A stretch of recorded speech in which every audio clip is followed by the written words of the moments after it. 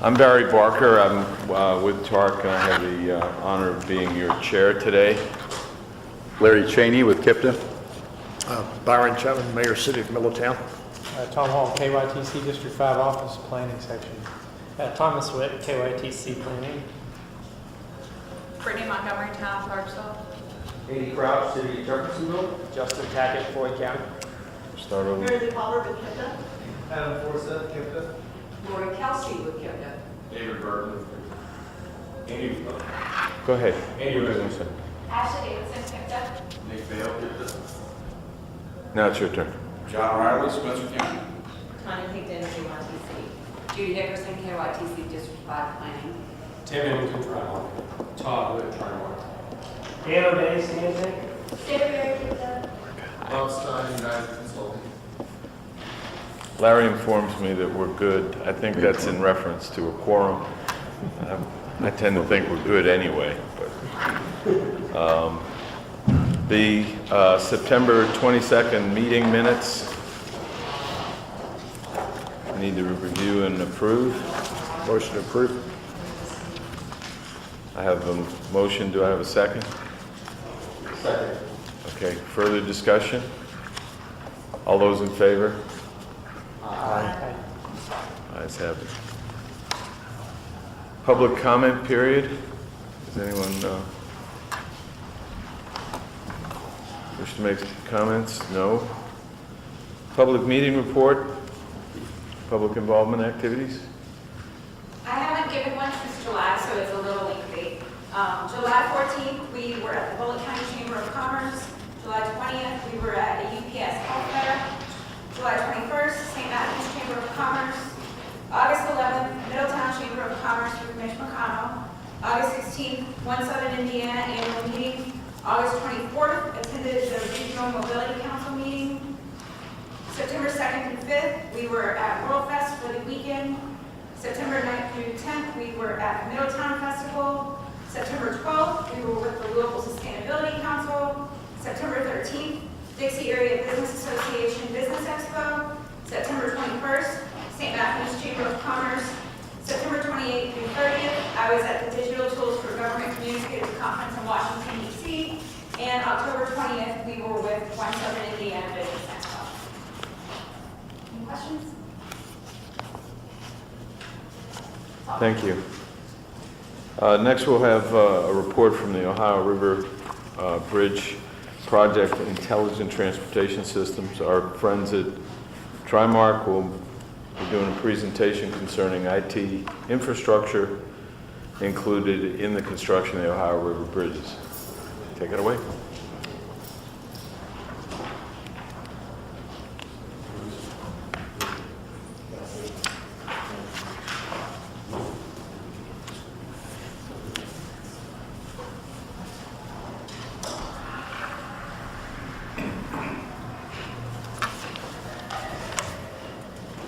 Morning. My name is Tim Anderson. I'm the operations manager at Trimark. With me is Todd Hood, who's one of our, he's our systems administrator, actually. What we want to talk to you about today is the Ohio River Bridges Project, the ITS assets going in, and specifically the tunnel Ohio River overhead. So the overview today, of course, just make sure everybody's on the same page. We'll give you an overview of the Ohio River Bridges Project. We'll talk about the East End Crossing, the downtown crossing. We'll get into line in section 4 because that's where the tunnel is, and I think that's probably one of the most interesting aspects of the entire project. We'll talk about what would happen in a big emergency, worst case scenario if there was a fire inside the tunnel. And we'll give an opportunity to ask questions. So I think everybody in this room is familiar with the project. Nothing knows bifurcated into 2 sections. Kentucky is responsible for downtown crossing, sections 1, 2, and 3. Indiana is responsible for the East End crossing, sections 4, 5, and 6. KYTC is overseeing the downtown project. It's a design and build project. With that project, the ITS components being provided are fiber backbone from the Spaghetti Junction interchange down to the Trimark facility at 9th and Main. There's about 22 cameras in the section 1 area of the project. There's 42 widening radars going into that area to help us monitor traffic flow. And a couple of dynamic message signs are in the project overhead, one over in southern Indiana, section 3, and one on I-71 northbound as you leave Spaghetti Junction to head towards Warren Avenue. And then there are 11 arterial dynamic message signs in the project area. A couple of those on Zorn Avenue as you approach 71, for instance, so that we can communicate the motors that are already on an arterial street, incidents that are going on the interstate, so that they don't become involved in the parking lot, on the interstate system. This shows some of the locations of the arterial and overhead dynamic message signs that are being placed. You see out around the Grinstead Drive area, down around 9th Street downtown, and other locations where there's access to on-ramps to the interstate system. So the East End Crossing also has a fiber backbone to it, which is something we haven't had in the past. It has two paths. One is a wireless path, runs directly into downtown, goes from I-71 and 265 directly to the U of L building downtown, then makes its way through the streets back to Trumbull. And there's a redundant path that follows the path through southern Indiana. That's not the primary path. Indiana will let us do that, and that's actually hardwired fiber. So we have a available path that runs through southern Indiana. As we said, East End Crossing has with it a 1,680-foot more tunnel. We're going to talk about that in a little more detail. You'll see we're going to get into the ITS assets that actually are going to support that quarter here in a second. So here's an overview. We're going from south to north. You're looking from left to right. The East End Crossing in orange is where the tunnel's going to be, right before US 42. The blue is the new Cable State Bridge, and of course, Section 6 will be the Indiana Bridge. This is a cross-section of the tunnel. At first, when you look at it, you may say, hey, how come they only put one fan on one side and two fans on the other side? Well, there's a series of single fans in the southbound ward, and there's a series of double fans in the northbound ward. And the reason for that is what they call a chimney effect, which we'll get into in just a second. We also, if you look closely at that picture, say that's kind of tilted. Well, the reason that's tilted is because the tunnel is positioned to drain water to this catch basin here and then out. As you approach the tunnels from Indiana, heading south across the Ohio River, before you get to the tunnels, we have a variety of components here to allow us to communicate information to motorists traveling toward the tunnel. We have cameras to monitor the traffic flow. There's also advanced warning signs, flashers for us to activate if there's an incident in or approaching the tunnel, to advise motorists to reduce their speed. There's also dynamic message signs to communicate specific information and instructions to motorists. A couple other things is if you see this location here along River Road, right here, there's an emergency entrance there for first responders to give them an avenue to approach the north end of the tunnel. And that is a gated entrance that first responders will have access to, but it is locked otherwise and not available to the rest of us. Also, the toll gantries will be located near that entrance as well. This is the northbound approach. If you're coming from 71 toward the tunnel, same type of assets as far as ITS is concerned to communicate information to the motorists. This view right here is a zoomed out view of the area. The tunnel corridors in red. The box there is the tunnel, although that is not to scale. It's a little too big. The primary use of this slide is to show you that there are dynamic message signs out around the entrances, if you will, to the tunnel corridor to allow us to communicate information to motorists on Brownsboro Road through the use of arterial dynamic message signs, and also on 265 northbound between Westport Road and Brownsboro Road, and also coming south on 71 and north on 71 to keep people out of the tunnel corridor if there are issues going on in the tunnel or on the bridge. This is the artist rendition of the entrance to the tunnel. You can see with the steep walls, here that you don't see any operational facilities. And the actual operational facility for the tunnel control building is actually at the top of this wall on the left, right at the intersection of the exit ramp to US 42 there, from 265 or from 841. So there's no direct access from the tunnel control building down to the tunnel itself. In order to get down to the tunnel, you have to drive back to 71, do the loop, and then come back down to the tunnel and park on the shoulder here if you need to access it. And it doesn't look like this at all. Yeah, this big median in the middle, looks like 2 or 3 feet tall with grass and trees in it. Probably won't see that down there. You'll see a lot of rock that's on the right. That's all over the place. Plenty of rock.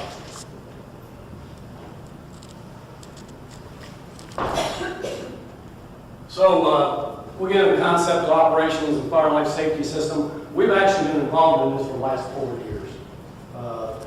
Meaning, working up plans, meeting with the contractor, meeting with the subcontractors. Well, basically the tunnel is this. It has a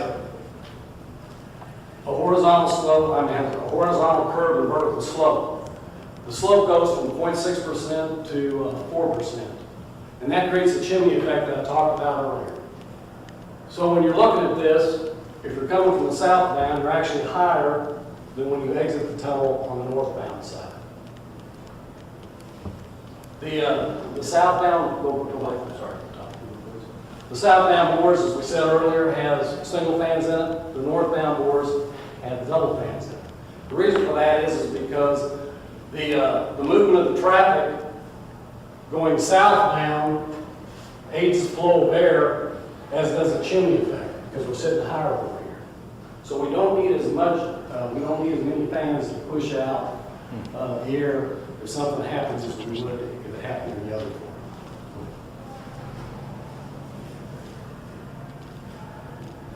The tunnel is its own facility. Think about it as a building laying on its side with 2 open ends. It has everything a regular building would have, just like this building has. It has a complete electrical system. There's a fire life safety system in this. Mechanical system includes drainage. Of course, all the ITS assets that we have. We're going to monitor this down at Trimark and out of 1 West Main through a SCADA system. The SCADA system will be integrated into our ITS system. Some components of it will be. It'll also be part of the standalone system. We're talking about the ITS assets that we have to support traffic through the tunnel. Typical ITS assets, closed circuit TV, dynamic message signs, advanced warning flashers. That's a little bit different than we've seen around here. So if we have to close the tunnel, there'll actually be some advanced warning flashers that says tunnel closed when flashing or something like that. Portal signals on the entranceways. Both sides of the tunnel have a portal signal on it. So when we close the tunnel, it's a regular signal head, just like you see out here on the street, with a red, green, and yellow light. But what's different about this is you're going to be traveling down the expressway, and all of a sudden there's going to be a red light. Kind of unusual. That's been a controversial item, but it is going to be included. We have lane control signals, just like you see on Bardstown Road. We have a phone system that comes directly back to the tunnel control and also can be used for maintenance if we have to communicate to other sections of it. A PA system, reference markers inside the tunnel are fire control zones, so we know what zone, fire control zone they're in. Radio broadcast, if you're going through the tunnel, you're listening to AM 840 or you're listening to an FM station, that signal will not be interrupted. What's also unusual about this is we also have the ability to override that signal. So if you're listening to 840 and you're like wandering out of your lane, you can actually hit a button and say, get back in your lane, or don't change lanes. The fire suppression system has poles just like you see in any building, the red poles. We have fire zone. There's also linear heat detectors. The firefighting system is either water or AFFF foam. Then there's carbon monoxide level detectors that are included.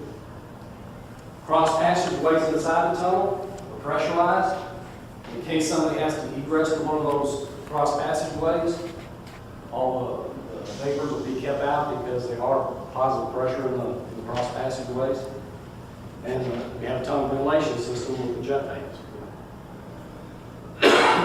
Inside the tunnel, we have 4 cameras in each board. Those 4 cameras will automatically go, if there's a fire alarm, will automatically go to the area of the fire alarm, so the operator doesn't have to move those cameras. We have 2 cameras in each cross passageway.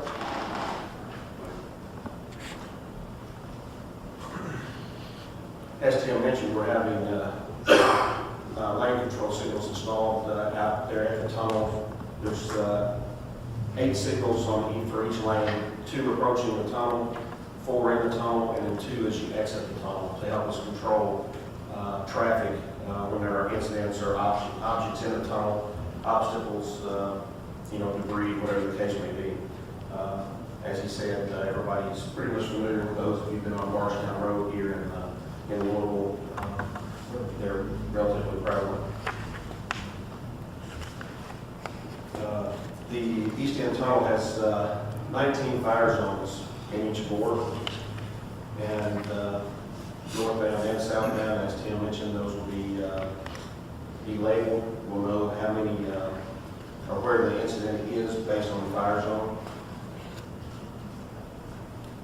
The fire alarm control panel is kind of the heart of the system. All the components communicate to and through the fire access control panel. The ventilation system is controlled through the SCADA via the fire access control panel, and the fire detectors are connected to it, so when the fire is detected, the FACP then communicates information to the SCADA system to turn cameras in the direction they're supposed to be turned based on which zone is active, and also calls out to the Tri-Mark Operations Center to make sure that the operator is aware of the issue at hand. The fire suppression system includes foam pumps, water pumps, freeze pumps that keep the system primed in the wintertime, protects it from freezing using water that's heated. Also the leash system, with the sprinklers activated in the picture that you see here, that is a pretty good representation of the foam. They actually did a demonstration in the tunnel about a month ago, and this is almost exactly the way it looked. It actually comes down pretty heavy, and you can't see through the other end of the fire zone because the deluge is so concentrated. So how do we detect the fire in the tunnel? There's a couple ways. Automatically with linear heat detectors. And that will also communicate to the fire control panel and activate the fire suppression system. Or manually, which is much more likely, either a person pulling one of the fire pulls inside the tunnel, or the operator actually seeing it. And we're going to have operators that are dedicated to monitoring this tunnel 24 hours a day, 7 days a week. The operator will only be on station for about an hour and a half. The reason for that is because we don't want to be anything fatigued. We don't want fatigue to set in. So they'll be doing nothing but monitoring that quarter for an hour, 90 minutes at a time. No matter how the fire alert starts, it sends a signal to the fire control panel, and that automatically starts fire suppression. So, some way the fire alarm comes in, we're alerted to it. This is what happens. CCTVs in the tunnel automatically focus on the alarm area. Fire suppression start down counts. The operators have 1 minute to decide whether or not there's a fire in the tunnel and whether or not the the phone needs to be initiated, or they can interrupt the phone. TriMark verifies and notifies MetroSafe. So while they're trying to verify it, they're actually on the phone with MetroSafe. I'll run down phone to MetroSafe directly. And we automatically start closing the tunnel anytime there's a fire alarm. There's some things that happen automatically when we do that. Lane control signals go to a certain configuration. The advanced warning flashers get turned on. There's some automatic EMS messages that get posted. And the portal signal we talked about a couple of months ago goes to red. The tunnel lighting system automatically goes to daylight. MetroSafe at this time is dispatching Harrisburg Fire Department and other responders. System charges automatically in 60 seconds, and the dump starts on the fire in under 2.5 minutes. Upon arrival of air crews fire, the incident commander we just spoke. So, timeline. As soon as the fire starts, within 60 seconds, it's detected somewhat. 75 seconds, everything starts happening. We start closing the tunnel. 2 minutes later, fire suppression system is activated. Shortly after that is the first appearance of either foam or water on the fire. And 150 seconds, the fire reaches its maximum potential, and we're going to have just a second. And in 200 seconds, the ventilation system is spooled up completely. It takes those fans that long to actually get totally spooled up and reach their full capacity. So we talk about a fire design curve. What we're trying to do is keep this fire down to a small level, 50 megawatts. We don't want to get up into the 300 megawatt range where it's going to cause damage to the tunnel and also be a threat to the people inside the tunnel. So we can keep it to that 50 megawatt range with the deluge system. So 2.5 minutes, we actually bring it down to 50 megawatt range. If we don't do that within 15 minutes, it's going to go up to 300 and do a lot of damage.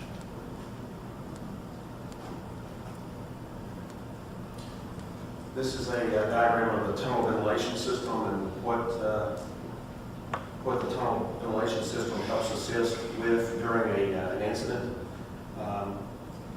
The jet fans kick on when the fire alarm activates and essentially spin up to full speed, ramp up to full speed. So within a couple minutes, they're at full speed. They're blowing the air out of the tunnel in the direction of traffic flow. So as you can see here, you've got an incident, the truck's on fire. The wind is coming in trying to blow the smoke. If this is the northbound or southbound tunnel, actually. Wind is coming in the direction. This happens to be a depiction of the northbound tunnel. So the wind's coming in trying to push the smoke back into the tunnel. The jet fans are fighting against that, pushing the air, the bad air, smoke out of the tunnel ahead of traffic. Any traffic that's ahead of the accident, we're assuming, and it makes logical sense that it will continue to travel, on out of the tunnel and be out of harm's way, while everything behind the incident location is more or less trapped or stopped. So those are the people that we're trying to protect, the folks that are behind the tunnel.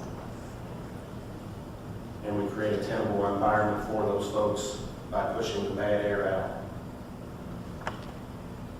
This is the depiction of the fire, or the tunnel ventilation system and the cross passage. People can actually head through the cross passage to get away from the tunnel bore that has the incident. So the way this works is that the tunnel cross passages are pressurized and they receive their good air from the opposite bore. So they're pushing air. If the incident is in the tunnel on your left, they're pulling good air from the tunnel on the right into the cross passage and pressurizing that so that when somebody opens the door, they're going to get hit first with fresh air coming out of the other bore.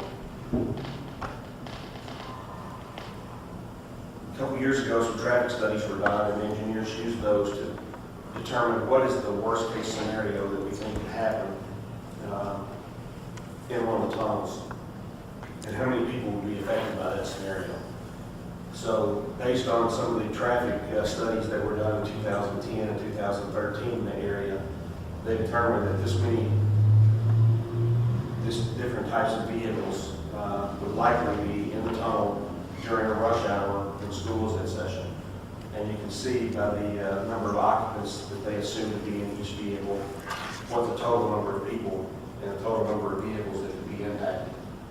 And the numbers are quite a bit larger than, I would guess. But, based on the studies, that's what it shows. And Tim's going to tell us how we help manage these people. Before you go on with that, if you want to cross that tunnel safely, just ride a motorcycle. There's always ever on a motorcycle. So, when we talk about evacuation of the tunnel, what are some of the causes of delays of evacuation of the tunnel? Well, think about this. If you're involved in a wreck and your car catches on fire, what are you going to do? There's going to be no delay, is there? You're going to get out of your car, put as much distance between you and the threat as possible, correct? Well, if you're under 100 feet, it takes you about 30 seconds to process that type of information.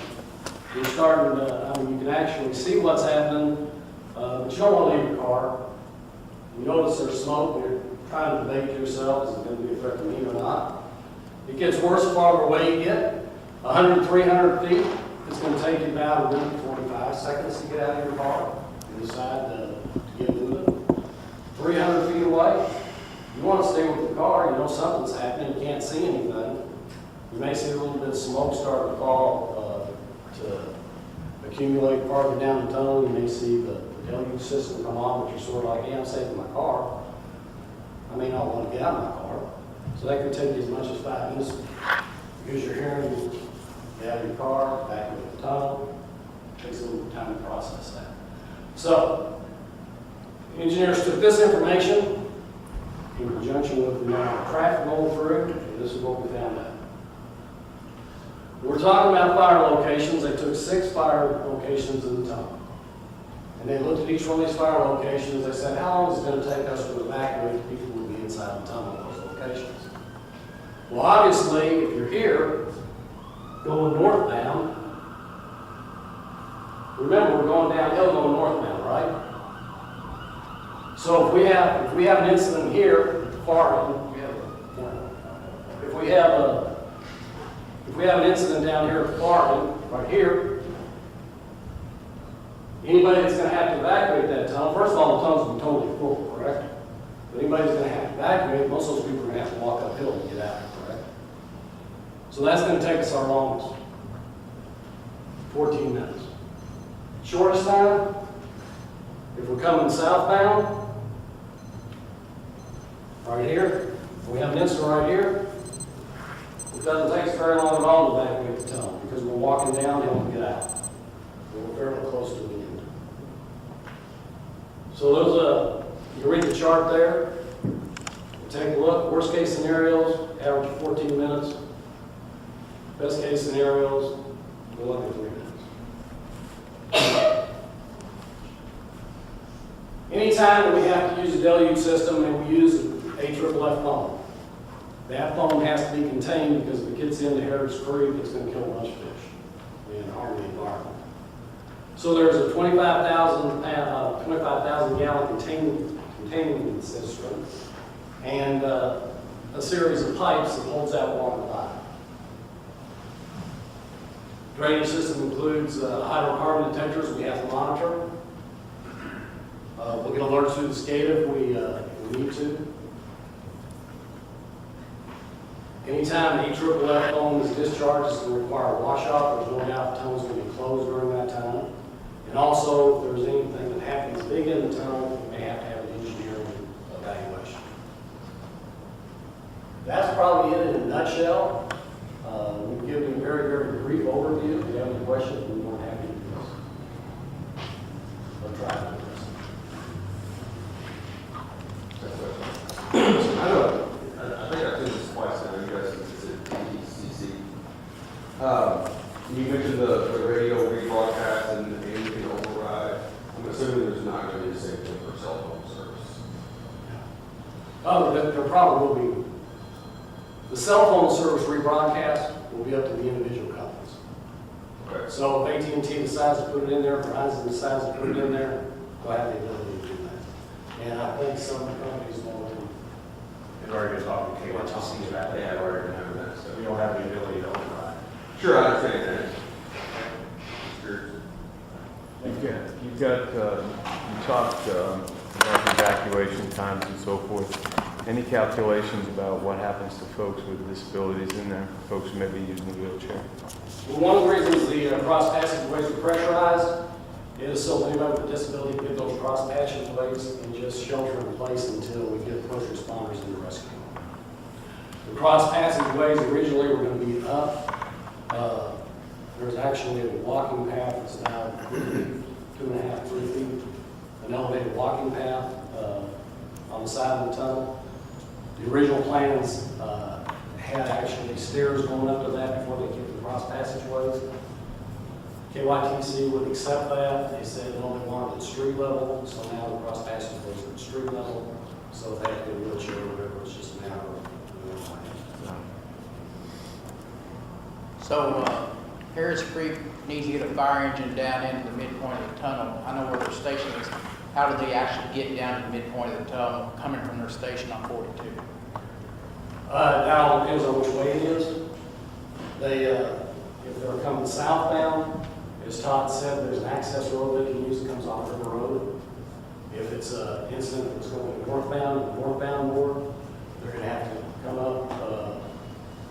Actually, depending on, there is a crossover area. I don't know whether it's going to be large enough for the fire trucks to negotiate it. And Harris Creek doesn't know that at this time either. So there's a possibility they may have to go all the way down to 79, loop around the Cloverleaf and come by. But they'll actually have people on scene. They're going to dispatch man cars to tunnel control building to work with those requirements. Tim, if you use the cross passage, if there is an incident and you're looking at 30, 40 people that need to come through that particular area, what happens when they come out in the other, is traffic stopped in the other tunnel? Any incident either or is going to require evacuation, shuts down that entire tunnel. There'll be no traffic moving through the tunnel. Okay. Just because of the directional thing? Yeah, we can stop the traffic, is that what you're asking? I mean, we hope to be able to stop the traffic. I guess, yeah, I guess that is what I'm asking. You say that. As long as they stop the traffic. Well, hopefully people will see the lane control. Probably the best way is the lane control signals. Right. If you're approaching a lane that has 3 exits all the way across, you're not going to, more than likely you're not going to continue. So that's probably one way. Also have the advanced warning flashers. Our dynamic message signs will have tunnels closed on them. It'll be wonderful. So hopefully drivers will get the message. Yeah, we can't control speed. If you were sitting in a tunnel, an accident, would you ever expect county police going north on Gene Snyder, going north into the tunnel? Would you ever expect county police to come up behind you and maybe or will they have emergency lanes on each side of you northbound, and where they'd actually come up beside you to get up to the accident? Yeah, they'll have that ability. They have that ability. Yeah, actually, the tunnel, we didn't mention this, the tunnel's actually designed for 3 lanes of traffic. And with actually an emergency lane, so it has and it's only going to have 2 initially. So there'll be a whole lot of room in there, at least initially. I'm just trying to figure out if I'm in the tunnel and in 1 minute that foam starts coming down and then water. You're going to get wet. Is that harmful physically? And then what is your visibility to exit the tunnel? If it's it'd be like being in a very, very heavy rain. The fire control zones, I was standing, when they did the test, I was standing on the outside of the tunnel, and Tom was standing on the other side of the fire control zone. And as soon as it came on, I couldn't see him. And how far away? So you're like how far? Maybe a couple hundred feet. But I felt like I could still walk through it. You can see to get out. You said At that point, the lights inside the tunnel basically go to daylight. Yes. That's supposed to be rest and emergency response. Right. Further questions? Thank you very much. Kentucky Congestion Mitigation Air Quality. Thank you. The Kentucky Transportation Cabinet recently issued a call for CMAQ applications, and all of those applications were due to KIPTA and also the Office of Local Programs in Frankfurt on September 16th. Now, CMAQ stands for Congestion Mitigation and Air Quality, and these are federal funds specifically set up for projects to help improve air quality in areas that are non-attainment for air quality standards. Now, in Kentucky, excuse me, in Kentucky, the CMAQ projects are not, or the CMAQ funds are not sub-allocated to the NPOs. So the responsibility of choosing which projects will use that funding rests with the state. So they're the ones who issue the application process, and they're the ones that actually, in the end, choose which projects will get the funding. Now, NPOs are given the opportunity to recommend priorities for their local area, and these are taken into consideration by the state when they make their decision, or we hope so. But so I've been told by the Office of Local Programs that the state receives about $14 million annually, and that they have some reserve funds as well, but they just weren't sure exactly how much would be issued this year. But there are $14 million that have been allocated. Let's see. This year, KIPTA received 10 applications. There is a list in your packet of the applications. I have about 4 copies of anybody needs a copy. But there was a list in the packet there. We received 10 applications, and those applications totaled $18.4 million, approximately. Now, last year, KIPTA submitted 13 applications to the Office of Local Programs that totaled $23 million, but of that, only 3 projects got funded, and that totaled $6.3 million in federal funds. So this year, we have the 10 applications. Some of the projects on the list are projects that submitted last year but were not chosen, so they've resubmitted this year. Now, working group of the TTCC met on September 28th to review the projects and to draft a list of priorities. On the project list, the very first column is the recommended priority from the working group, and also at the meeting on October 12th, the TTCC voted to recommend these priorities. Now, following this meeting, the final priorities will be submitted to the Office of Local Programs in Frankfurt, and the KIPTA priorities will be considered by KYTC when they make their final decision about which projects will receive the funding. I can briefly go through the projects here. The first one on the list is the Riverport Circulator, which is access to jobs in Southwest Louisville. This is a TARP project requesting $2.5 million. The second project is the CARE Kentuckiana Air Education Program. It's an APCD project, and they're requesting $600,000 of federal funds. The third project is the Louisville Metro Traffic Signal Retiming and Systems Enhancements. This is a Louisville Metro Public Works project, and they're requesting $352,000 of federal funds. The next one is the I-64 Intelligent Transportation Systems project. This is a KYTC District 5 project, and they're requesting $691,000 of federal funds. Then we have the Kentucky 53 improvements. This is also a KYTC District 5 project, and they're requesting $2.5 million of federal funds. The sixth project on the list is the Northeast Louisville Loop Eastwood Trail. This is a Louisville Metro Parks project, and they're requesting $300,000. The seventh project on the list is the TARC Electric Bus and Charging Station project. This is obviously a TARC project, and they're requesting $3.8 million of federal funds. The eighth project is the Veterans Memorial Park Trail Corridor. This is a Jeffersontown project, and they're requesting $2.5 million in federal funds. The ninth project is the Louisville Metro Electric Vehicle Access Model, and this is obviously a rural metro project, and they are requesting $84,000. And then the last project on the list, the 10th project, is the U of L pedestrian promenade Belknap campus to Research Park. This is University level project requesting $5 million in federal funds. So that's the list of projects and the priorities that have been recommended by the TTCC. And action is requested to approve the priorities, and I'll answer any questions that you have.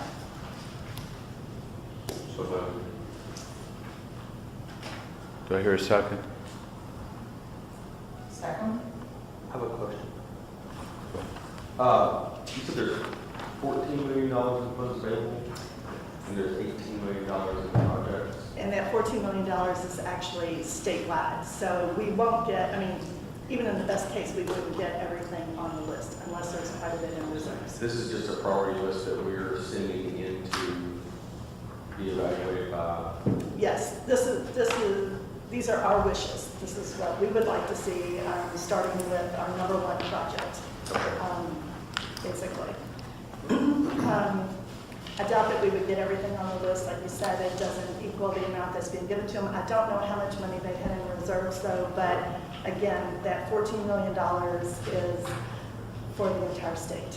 And I'm not exactly sure, I think maybe Lexington submitted like 6 projects. I think I might be guessing at this point. But KI could have submitted some in the northern Kentucky area. And so there's going to be some others that have been submitted as well. Other questions or comments? Yes, I have one. Who was the second? Was that you, Brittany? Ada. Going once, twice? All those in favor? Opposed? Ayes have it. Thank you. Thank you. The Online Resource Center? Yes, sir. The last few months, we've been presenting a variety of things to this group that have to do with project management. And one of the things that we're proposing to do with this project management system primarily is, to date anyway, so with STP dedicated funds, both in Kentucky and Indiana. Ultimately, what we want to do is have that type of process for everything, all of our projects that come through the planning process at the MPO. And one of the first things we want to do is to put together an application, a project application that will provide a lot of information for those people who are ultimately responsible for selecting projects. One of the things that we want to do as part of that process is to provide information to the project sponsors. And the mechanism that we are choosing to use, in spite of the condition of the internet, is online resources. And we're having a little bit of a presentation here today. David, if you want to talk through a little how we came to this point, and then we'll look at some of the maps. Sure. Larry's pretty much touched on a lot of it. The September TPC meeting, the policy committee approved the project management process that focuses primarily on the programming of dedicated funds to the KIPTN and Larry knows the application process. So this began with that process and trying to identify ways that we can make sure that the people who are going to be looking at the projects have enough information to determine the impact of those projects and whether or not those projects are in a position to receive funding of the dedicated funds. One of the things Larry mentioned is we do have an application process together, or we're working on it, we're finalizing one now. And what we wanted to make sure was that the project sponsors were using the same data sources, so that when the policy committee and when other people are given the opportunity to look at the different projects, they know that the data sources are apples to apples rather than apples to oranges, so that all the projects are on the same plane. So there are a couple of different reasons why we're doing this. It's in order to make sure that everyone has enough information to put together a quality project application. And that when we look at the project, we are doing the apples to apples approach rather than apples to oranges. Adam and his team have pretty much put this together. And this is a early draft or a draft of the overall process. And Adam's going to go through some of the information that we're going to make available on the KIPTA website for project sponsors or for anyone to use for that matter, and trying to look at data. Now, this began with the project management process for dedicated funds, but we anticipate this growing and becoming a more useful tool for the MTP and other applications that you or your agencies may have later on. Let's see. Right now, I think Adam's going to go through some of these things. You see the 7 or 8 tabs at the top. They're going to indicate the types of information that's available for our region. Right now, we have plans to grow that even more. Adding bike and ped information, adding focus areas and clusters that we use with the MTP. Putting more socioeconomic information up there, a red flag inventory information as well. The best thing that you can do is let Adam go ahead and start walking you through some of the things that we've identified so far for this tool, for this online resource tool. All right, as David mentioned, we've got a lot of things that we're adding. This is at just the very beginning, just starting to look at different things and put some things together. We're actually been in the field updating some of this information. We've been up and adding to the information. A lot of this data is what we collected initially for the MDP process, and we are updating to include it in the next process. So some of this data is, well, almost all of the data is going to be redone except for things that have just recently been done. So I'm going to go through a few of them and just just show you a few things. And as maybe you saw last year, we did a lot of presentations on crash analysis. That all that data is loaded on here. We're looking at updating the crashes to the last 3 years. Downloaded the data and started putting it together. But this is the previous version that we've shown to the board before. You can just say if you're looking to put a project here, you can just see what kind of crashes were around. If you made the top of our lists in the crash tab, you can also look at zoom in and look at the aerial imagery and whatnot along with the project. It has a link to our Connecting Kentuckiana, our crash report that will tell you how we came up with the top areas and the process involved. So basically, what we've done is we've just given you one web page where you can go through and say you want to type in an address for a project. I'm just going to type in the mall here. So this is 5,000 Shelbyville Road. So if you're filling out the application, the next thing I pulled up was level of service. This is 2015 level of service. You can click on it and you can see that it ranked as an F, and it gives you the numbers behind the rankings. So you can use that to fill out your project application form. We can do the same thing. I'll just go through with, say, environmental justice is Title VI. It shows you all the environmental justice Title VI areas. They are traffic analysis zones. Okay.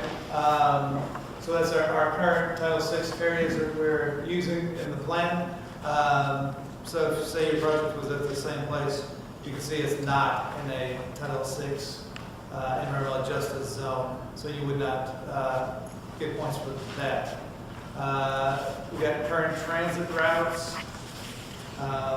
Actually, I think these need to be updated. There were some changes, but I do have that from Target, so I need to load that in there. It shows you the route, the type of route, and where the stops are. Also, if you click on it, it will have a link that will take you to TARC's website that has the TARC, the brochure for each one of the routes. It gives you the stop information and things of that nature. We have the freight network. Again, if you're looking at your project, you can zoom in and see that it is currently on the freight network, although it is just at the very edge of it. And I apologize, I'm going through all this real quick. We've been, since the last time we showed you some of this stuff, we've actually attended several trainings on how to make web maps and widgets and things to make it more useful, and we make it more user-friendly, and we just haven't had an opportunity to incorporate those as well. Plus, we've been out collecting a lot of bike and sidewalk inventory stuff, which will show up on here shortly. Basically, if you click on it, it gives you the functionally classified roadways above the local, and the information taken from both state websites. Kentucky was updated in 2015, and Indiana was updated in 2013. Right now, we also have traffic volumes on here. This is the same data that you would get from Andy. You can zoom in, it gives you it's also on our website in another place, but we want to put everything in one spot. So anywhere there's a dot, it'll show you the traffic count, who did the traffic count, what year, and what year it was counted, and then the average daily traffic. We've got, you've got the ability to put in an address. You can change change the background in case you're wondering about what's around your project. Like I said, we're going to add more tools and different things as we go along. And right now this is just on this computer. It's not published out there. You'll have the ability to print. If something catches your eye and you want to print it and ask questions. Everything will have information as to where it came from and hyperlinks to any reports that we have that relate to the different data sets. I went through it kind of quick because it's really just in its infancy. But does anybody have any questions about any of the process or any of the data? Could you go back to the crash?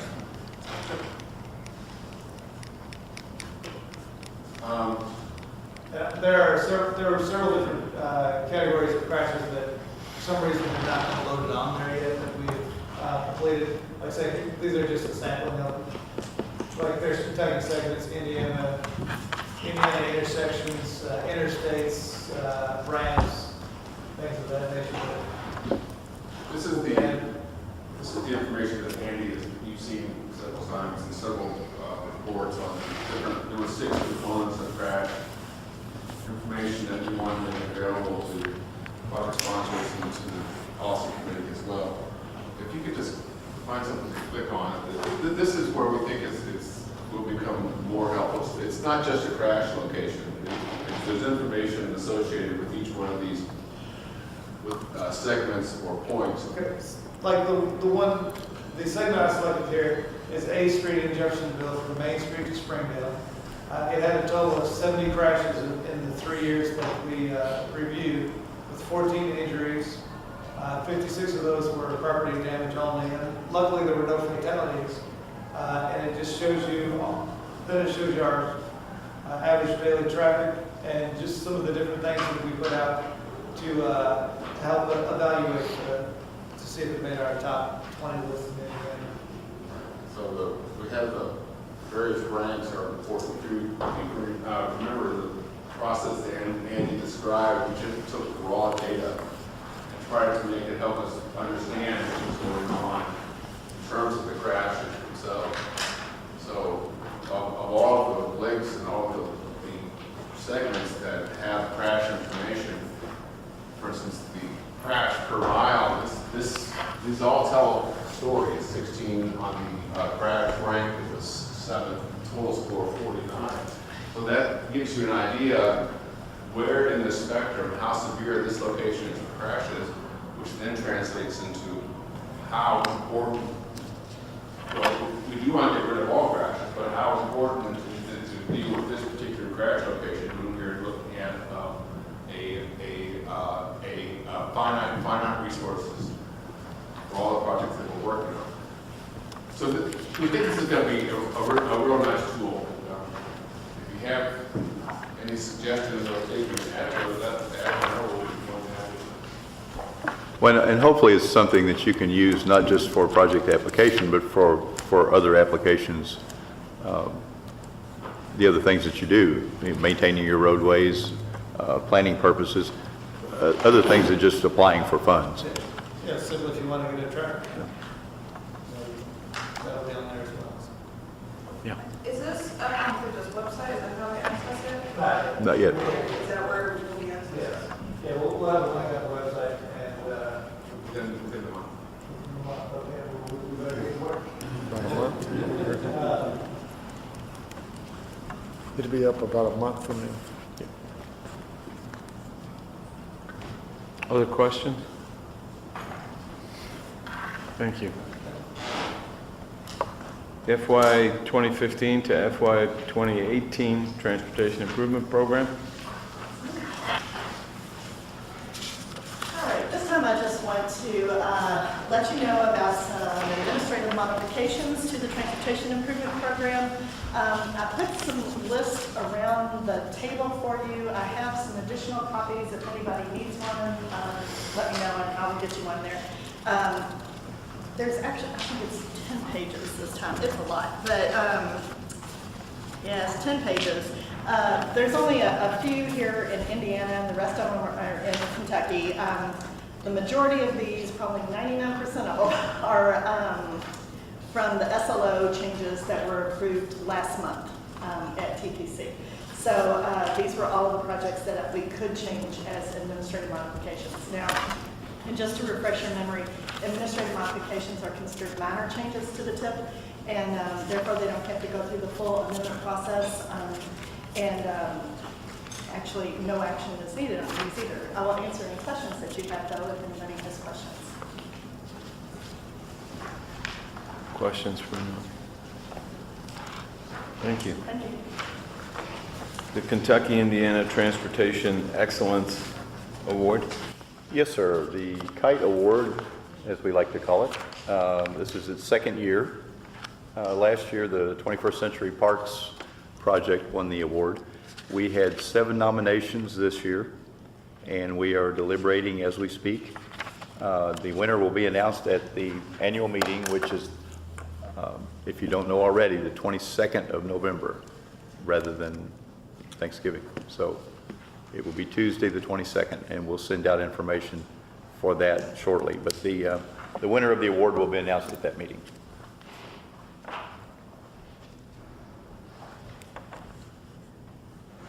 Other business. Yes, I have one piece of other business, something that we weren't anticipating to do.